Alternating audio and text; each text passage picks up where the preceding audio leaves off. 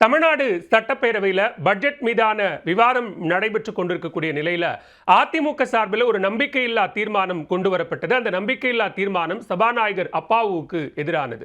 அதிமுக பொதுச் செயலாளரும் எதிர்க்கட்சி தலைவருமான எடப்பாடி பழனிசாமி கொண்டு வந்த அந்த நம்பிக்கையில்லா தீர்மானம் விவாதத்திற்கு ஏற்றுக்கொள்ளப்பட்டது. விவாதத்திற்கு ஏற்றுக்கொள்ளப்பட்ட நிலையில் அது தொடர்பாக பேசிய எதிர்க்கட்சி தலைவர் எடப்பாடி பழனிசாமி, சபாநாயகர் அப்பாவு ஒருதலை பட்சமாக நடந்து கொள்கிறார், ஒரு கண்ணில் சுண்ணாம்பையும் ஒரு கண்ணில் வெண்ணையையும் வைத்து அவர் ஆளும் கட்சியையும் எதிர்க்கட்சி தரப்பையும் பார்க்கிறார் அப்படின்னு நிறைய குற்றச்சாட்டுகளை முன்வைத்தார். கடந்த கால கூட்டத்தொடர்களில் எதிர்க்கட்சி உறுப்பினர்களுக்கு இப்படியாகவெல்லாம் வாய்ப்பு மறுக்கப்பட்டது. முக்கியமான சில பிரச்சனைகள் குறித்து பேசுகிற போது அவர் வாய்ப்பு கொடுக்காமல் மறுக்கிறார். அதே நேரத்தில் வெளிநடப்பு செய்கிறோம் என்று சொன்னால் சரி போங்க போங்க அப்படின்னு எங்களை விரட்டுவதிலேயே குறியாக இருக்கிறார் அப்படின்னு சில குற்றச்சாட்டுகளையும் எதிர்க்கட்சி தலைவர் எடப்பாடி பழனிசாமி முன்வைத்து பேசினார். இந்த நிலையில அந்த தீர்மானம் குறித்து ஏனைய கட்சி உறுப்பினர்களும் தங்களுடைய கருத்துக்களை தெரிவித்தார்கள். சபாநாயகர் அப்பாவு அப்படி நடந்து கொள்ளல, எல்லாரையும் ரொம்ப சமமாக தான் ட்ரீட் பண்றாரு, அவர் அப்படி ஒருதலை பட்சமாக நடந்து கொண்டால் மாற்றுக் கட்சி உறுப்பினர்களாக இருக்கக்கூடிய நாங்களும் அதற்கான ஆட்சேபனையை தெரிவிப்போம் அப்படின்னு காங்கிரஸ், விசிக உள்ளிட்ட மற்ற உறுப்பினர்களும் பேசினாங்க. இந்த நிலையில எதிர்க்கட்சி தலைவருக்கும் முதலமைச்சர் மு க ஸ்டாலினுக்கும் இந்த விவாதத்தின் போது ஒரு காரசார விவாதம் என்பது நடைபெற்றது. கடந்த ஆட்சி காலத்தில், அதிமுக ஆட்சி காலத்தில் எப்படியெல்லாம் அவை மீறல் என்பது நடந்தது அப்படின்னும், அந்த நிகழ்வுகளை நினைத்தாலே எனக்கு நெஞ்சம் சுடுகிறது அப்படின்னும் நிறைய விஷயங்கள் எல்லாம் ரீகால் பண்ணி முதலமைச்சர் பேச, அதற்கு பதிலாக எதிர்க்கட்சி தலைவர் எடப்பாடி பழனிசாமி பேச அப்படின்னு அது ஒரு காரசார விவாதமாக இருந்தது. சரி, இதில் நாம குறிப்பிட்டு பார்க்க வேண்டிய அம்சம் என்னவாக இருக்கிறது அப்படின்னா, தொடர்ச்சியாக அதிமுகவுக்கான ஒரு ஒருங்கிணைப்பு அப்படிங்கிற ஒன்றை தொடர்ச்சியாக வலியுறுத்தி பேசிக்கிட்டே இருக்கிறாங்க. அதில் செங்கோட்டையன் அதிமுகவிலிருந்து முரண்பட்டு நிற்கிறார். மிக குறிப்பாக எடப்பாடி பழனிசாமியினுடைய தலைமையிலிருந்து முரண்பட்டு நிற்கிறார் அப்படிங்கிறத நம்ம கடந்த சில நாட்களாகவே பார்த்துட்டு இருக்கிறோம். அந்த விவகாரம் ரொம்ப சூடுபிடிக்க தொடங்கி இருக்கிறதுன்னு பார்க்கலாம். ஏன்னா இன்றைய கூட்டத்தொடரில் கூட அதிமுக உறுப்பினர்கள் கூட்டத்தொடருக்கு செல்வதற்கு முன்னாடி மிக குறிப்பாக இன்னைக்கு அந்த நம்பிக்கையில்லா தீர்மானம் கொண்டு வர போறாங்க. எனவே அது தொடர்பான ஒரு ஆலோசனை என்பது அதிமுக சட்டமன்ற உறுப்பினர்களுக்குள்ள நடக்குது.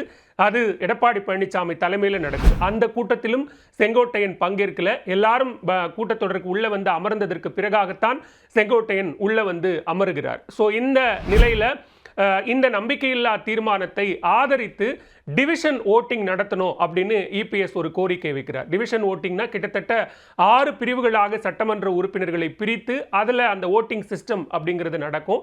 எனவே அப்படியான ஒரு டிவிஷன் ஓட்டிங் நடக்கணும்னு எடப்பாடி பழனிசாமி கோரிக்கை விடுக்கும் போது அதற்கும் சபாநாயகர் ஒப்புக்கொள்கிறார். அந்த டிவிஷன் ஓட்டிங் என்பது நடக்குது.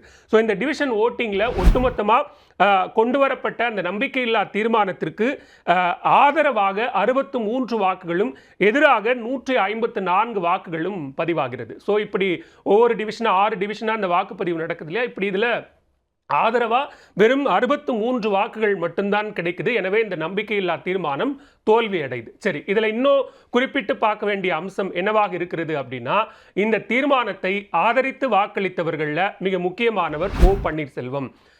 ஏற்கனவே இபிஎஸ் வெர்சஸ் ஓபிஎஸ் அப்படிங்கிற இந்த நிகழ்வுகள் தொடர்ச்சியாக நடைபெற்று கொண்டிருக்கிறது. அது சட்டமன்றத்திற்கு வெளியே மிக எதிராக, ரொம்ப எதிரிகளாக தங்களை பாவித்துக் கொண்டு அவர்கள் பேசிக் கொண்டிருக்கக்கூடிய நிலையில இந்த நம்பிக்கையில்லா தீர்மானம் கொண்டு வரப்பட்டு அதற்கு ஆதரவாக ஓ பன்னீர்செல்வம் வாக்களித்திருக்கிறார் அப்படிங்கிறதும் மிக முக்கியமான ஒன்றாக இருக்கிறது. அந்த டிவிஷன் 6ல தான் திரு செங்கோட்டையனும் இந்த தீர்மானத்தை ஆதரித்து வாக்களித்திருக்கிறார். மிக குறிப்பா இந்த கூட்டத்தொடர் நடக்கும்போது அவர் அதிமுக உறுப்பினர்கள் வரும்போதும் அல்லது அதற்கு முன்னதாக நடக்கக்கூடிய எம்எல்ஏக்கள் கூட்டத்திலும் அவர் பங்கேற்கல.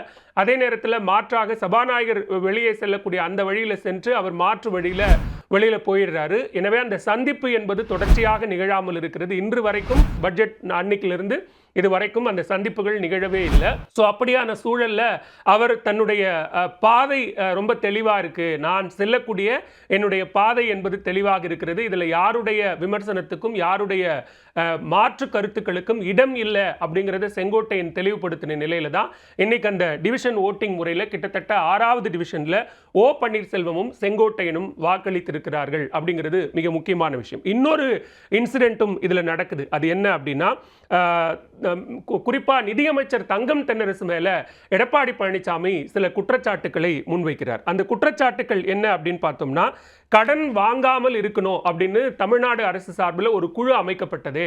அந்த குழு என்ன செய்கிறது, அந்த குழு ஏதாவது ரிப்போர்ட் கொடுத்தாங்களா அப்படின்னு சொல்லி எடப்பாடி பழனிசாமி ஒரு கேள்வியை நிதியமைச்சரை நோக்கி எழுப்புகிறார். அப்ப நிதியமைச்சர் பதிலளிக்க எழுந்து கொள்ளும் போது குறுக்கிடக்கூடிய ஓ பன்னீர்செல்வம் என்ன சொல்றார் அப்படின்னா, கடன் வாங்குறோம், ஒரு அரசு கடன் வாங்குது அப்படின்னா அந்த கடனை வெறும் மூலதன செலவுகளுக்காக மட்டும்தான் பயன்படுத்தணுமே தவிர வேறு எந்த செலவுகளுக்கும் பயன்படுத்தக்கூடாது அப்படின்னு ஒரு நியதி சட்டமன்ற மரபாக இருக்கிறது, அரசினுடைய நியதியாக இருக்கிறது.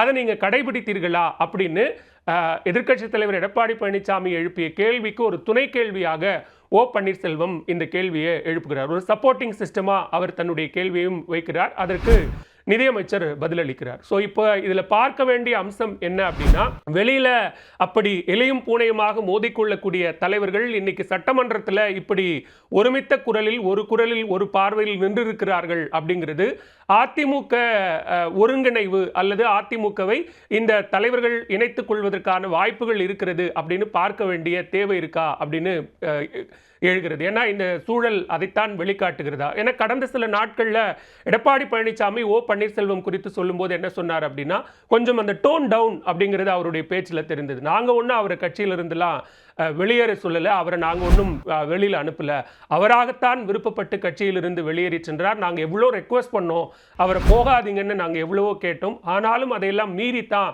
அவர் கட்சியை விட்டு போனார், அவருக்கு பதவி முக்கியமாக இருக்கிறது அப்படின்னு சொல்லியிருந்தார். நேற்று முன்தினம் கூட தொடர்ச்சியாக ஓ பன்னீர்செல்வம் பேசும்போது அனைத்து தலைவர்களும் அல்லது அனைத்து அதிகாரங்களும் ஒன்றிணைந்த அதிமுக என்பது விரைவில் அமையும் அப்படின்னு சொல்லியிருந்த நேரத்தில் தான் இன்றைக்கு ஒரு அதிமுக ஆதரவு நிலைப்பாட்டை அல்லது எடப்பாடி பழனிசாமியினுடைய குரலுக்கு மேலும் வலு சேர்க்கும் வகையில் சில நடவடிக்கைகளை சட்டமன்றத்தில் ஓ பன்னீர்செல்வம் மேற்கொண்டிருப்பது என்பது அதிமுகவில் என்ன நடக்கிறது, அதாவது ஏற்கனவே செங்கோட்டையன் விவகாரத்தில் என்ன நடக்கிறது அப்படிங்கிற கேள்வி எழுந்து கொண்டிருக்கக்கூடிய நிலையில மேலும் ஓ பன்னீர்செல்வத்தினுடைய இந்த நிலைப்பாடும் அந்த கேள்விக்கு வலுவை சேர்த்திருக்கிறது.